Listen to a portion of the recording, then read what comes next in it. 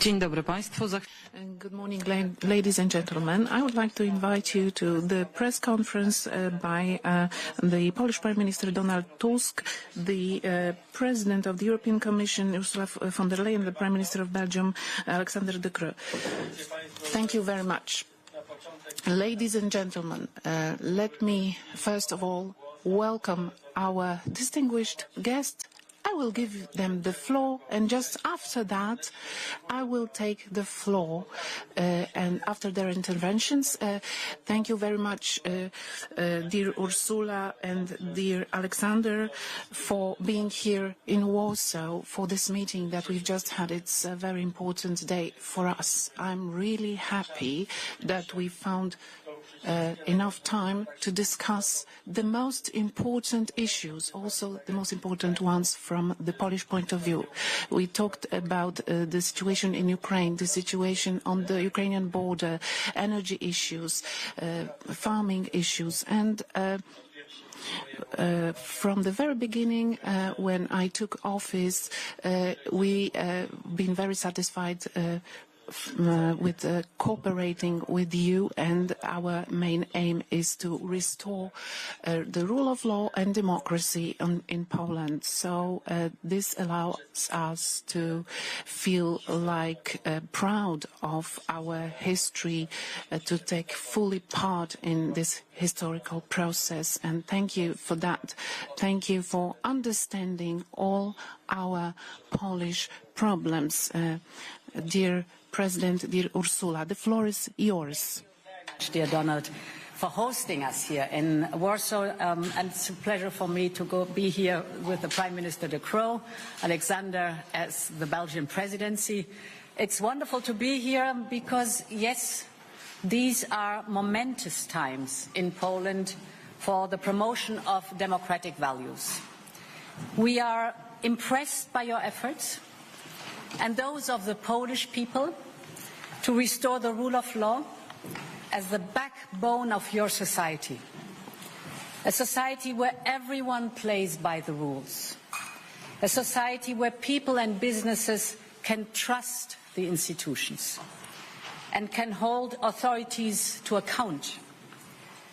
Together, we will protect the rule of law all over Europe, because all these are essential conditions for citizens to feel free and to feel safe. So I strongly welcome the action plan that your government presented to the member states this week. It is a powerful statement. It is a clear roadmap for Poland, and your efforts are decisive.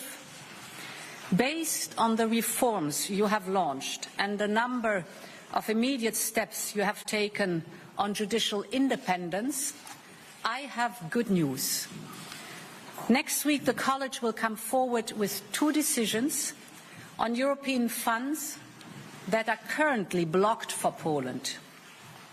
These decisions will free up to 137 billion euros for Poland. This is from Next Generation EU, and it is from the cohesion funds.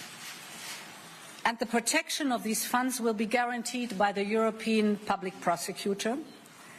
This is great news for the Polish people and for Europe. And this is your achievement. A strong rule of law also means a more resilient society. And this is needed more than ever. Putin and his friends are doing everything in his power to poison public debates all over Europe.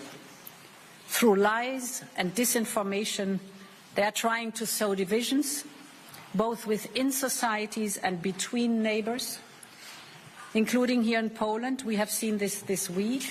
We must call out these attempts. It is therefore very good that, together with France and Germany, you have decided to set up an alert and response scheme to hunt down and counter these lies. And you can rest assured that we will continue supporting you in this work, in particular through our Commission task force that detects and debunks disinformation. We also discussed the situation that our farmers face all across Europe and also here in Poland. I have profound admiration for the hard work that farmers do every day to bring healthy food on our table. Thanks to their efforts, Europe has the best quality food in the world. But they face many challenges, and they are worried about their future. And this is legitimate. So we listen and we act. Europe already supports Polish farmers with 22 billion euros through the common agricultural policy, and more will come. For example, the first payment under Next Generation EU includes 1.4 billion euros. They are available immediately for Polish farmers now to help them expand and modernize their production and to enter new markets.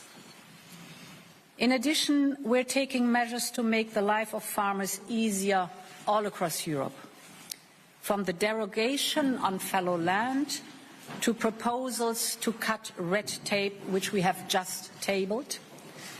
And we are preparing the future of agriculture in Europe together in our strategic dialogue. A word on a specific situation in Poland at the border with Ukraine. Here too we listen and we act. Take the road transport agreement that we are going to update. We have fully taken into account your concerns. Today, exports from Ukraine via the Black Sea route are significantly picking up, and that's good, because it relieves, and it will continue to relieve, land borders. Now, our efforts should focus on supporting Ukraine in rebuilding its export capacities towards the world. That is important for us. Dear Donald and dear Alexander, tomorrow will mark 2 years since Russia invaded its peaceful neighbor, Ukraine. We support them in their brave fight. I am confident that we can deal with the consequences of this war and that the consequences of this war have in Europe. Because Ukrainians are fighting for the rule of law against the right of might, for democracy and freedom against tyranny. They fight for our values and our security, and this is why we stand by them for as long as it takes. Thank you. Mr. Prime Minister, please. Thank you, dear Prime Minister, dear Donald. Thank you for the very warm welcome here in Warsaw, and congratulations and best of luck to you and to your government. Poland stands as a cornerstone of the European Union. You are a key partner to Belgium. You are a key partner to the European Union, with a vibrant economy and with a strong commitment to all of the European values. Over the past years, your citizens have shown tremendous support to the people of Ukraine, and I think we cannot repeat often enough the support that the Polish population have given.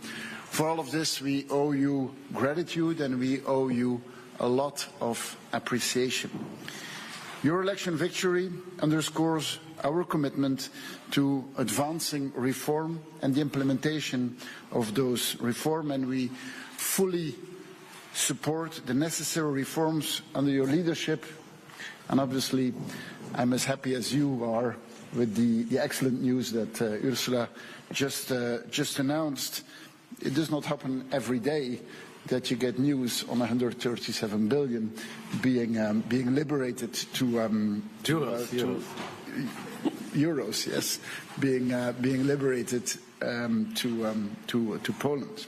Now, turning to Ukraine, it is clear that the situation on the ground demands our continuous support. Let's be clear: the situation on the battleground is not good.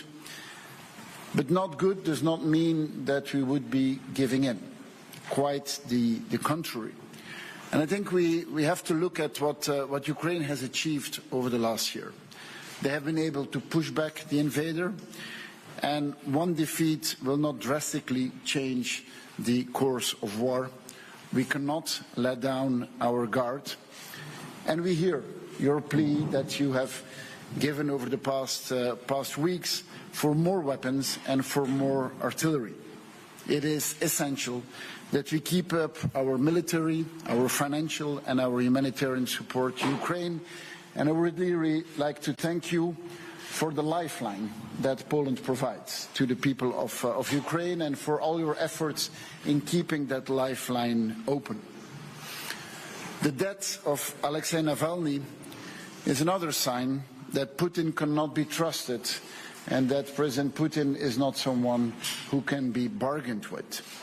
And we are fully aware of the disinformation campaigns that Russia is organizing throughout Europe. Disinformation campaigns which only have one goal. It's to destabilize our democracies and to destabilize the unity that we have between us. So it's clear that we must continue our support, and it's clear that we must continue to say and to show that that support will be there for Ukraine for as long as it takes. Belgium will do its utmost best in our rotating presidency to further back Ukraine on its path to victory. And despite the challenging battlefield conditions, we can stand firm in our commitment. We have just secured a unanimous agreement on a 13th package of sanctions against Russia. Today, there are more than 2,000 entities and persons who are on a sanction list. We really see this as a big achievement, showing again that the 27 countries are unified in our support to Ukraine. Our continued financial support to Ukraine, including vital ammunition, remains steadfast, and Belgium is part of the X-16 coalition. We provide training facilities now, and we will be able to provide F-16s to Ukraine by 2025. The war in Ukraine undermines the security of all Europeans, but the dramatic situation in the Middle East also demands our full engagement. Belgium is actively engaged in addressing the humanitarian crisis in Gaza, and we advocate strongly for a unified European approach, emphasizing the urgency of an immediate and unconditional ceasefire and the immediate release of all hostages. Looking ahead, we are very eager to push a strategic agenda in Europe forward, and in that strategic agenda it is key that we work towards an industrial deal for Europe, an industrial deal that enables us to reach the ambitions that have been set out in the Green Deal. That climate agenda goes hand in hand with keeping European industries here and guaranteeing that our businesses have a future on the European continent. And we believe that the single market and restoring the single market is of utmost importance. That single market is a unique selling point we have versus the United States and versus China. This, combined with smarter regulation and with more incentives for businesses to change, can enable Europe to be a leader in a climate-neutral future. So, as a conclusion, dear Donald, your victory marks a new chapter of leadership and of collaboration. We believe we are stronger together. We believe we will be stronger in tackling those challenges if we do it together. And we really thank you for your engagement, and congratulations again, dear Donald. Thank you. Thank you very much, Alexander.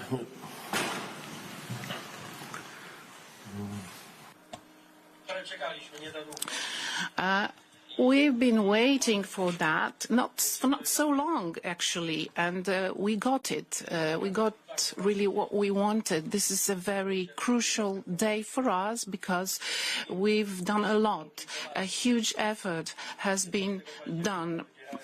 Polish citizens chose democracy and the rule of law on the 15th of October, and they are the real heroes of Polish history.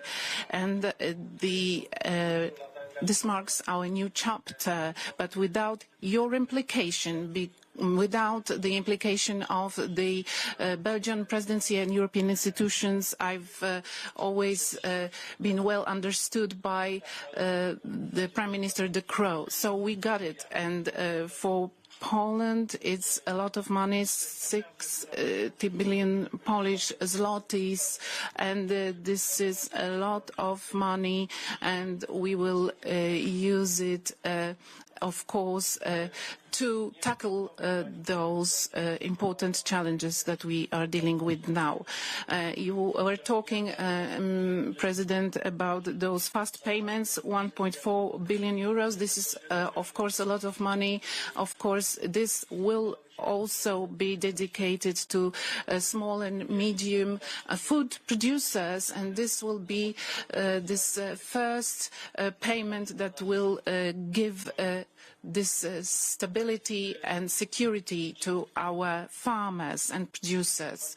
So this is a day when I'm deeply convinced, also as a Polish citizen, that we are restoring justice in a country that has done a lot for the rule of law and democracy than any other state recently.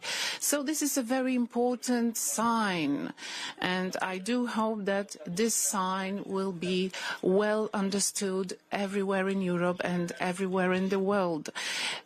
It's that how Władysław Bartoszewski said, a friend of mine, it's good to be a good person, and it's worth being a good person, and this is the most important thing to me, and it pays off, actually.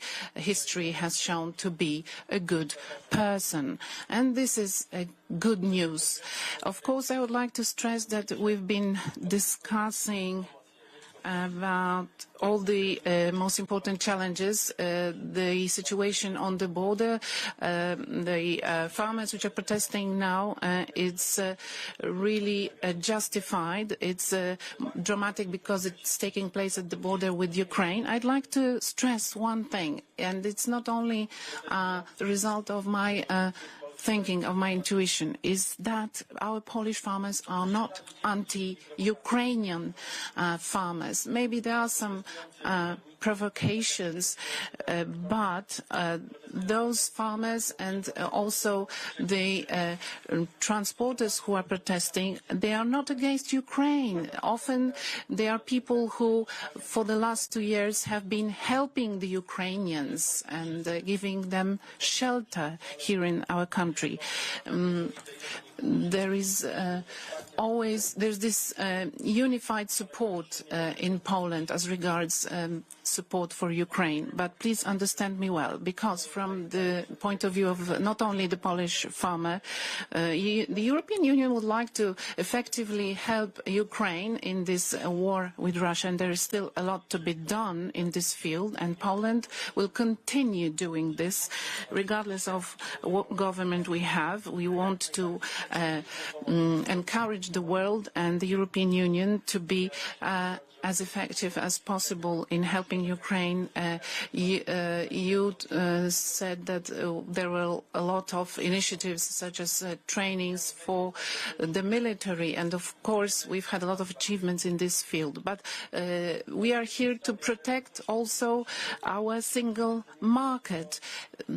That's why it's really important that you understand why it's such an important subject in Poland. You know that we've been waiting for long, so that our farmers have the same rights as European farmers, so that we become an equal partner.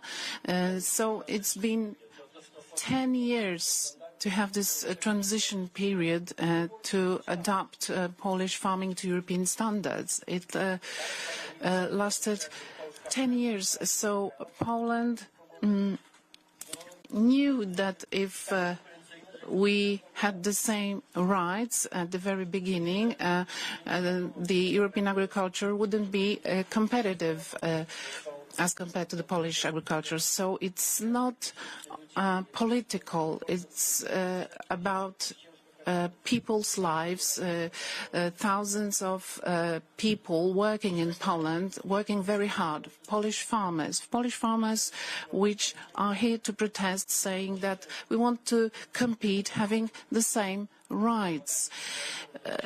When helping Ukraine, we shouldn't put at stake the fate of our people in Europe. So thank you for those first steps.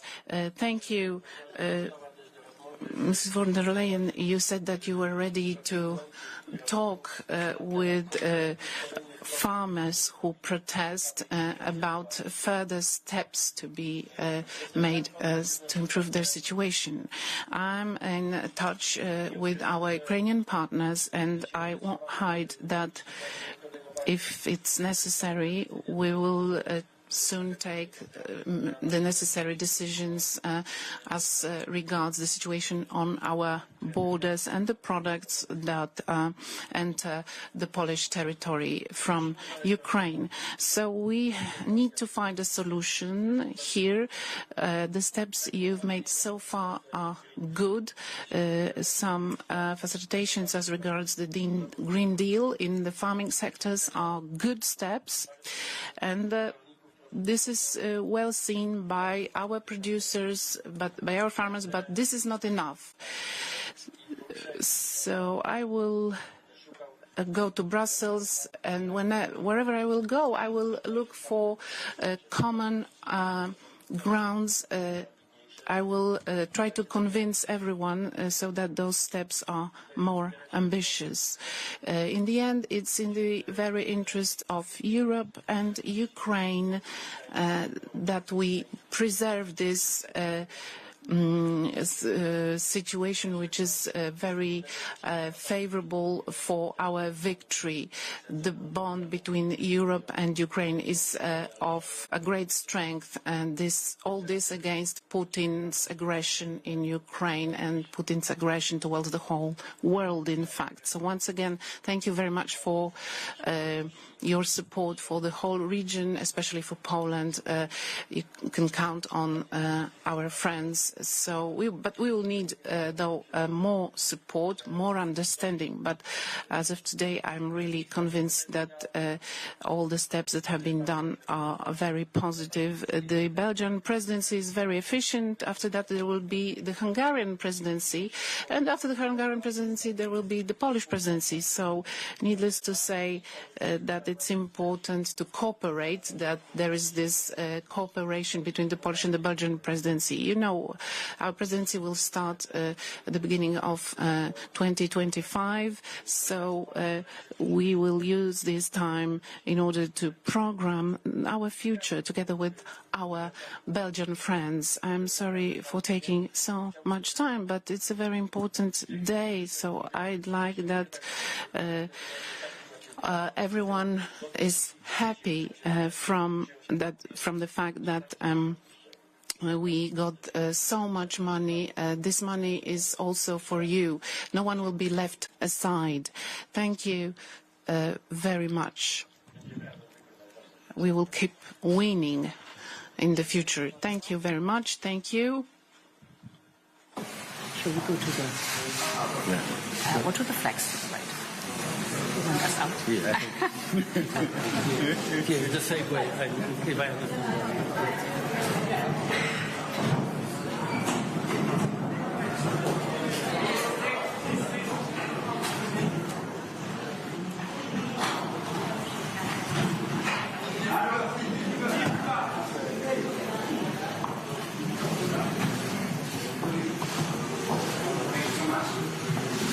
Thank you.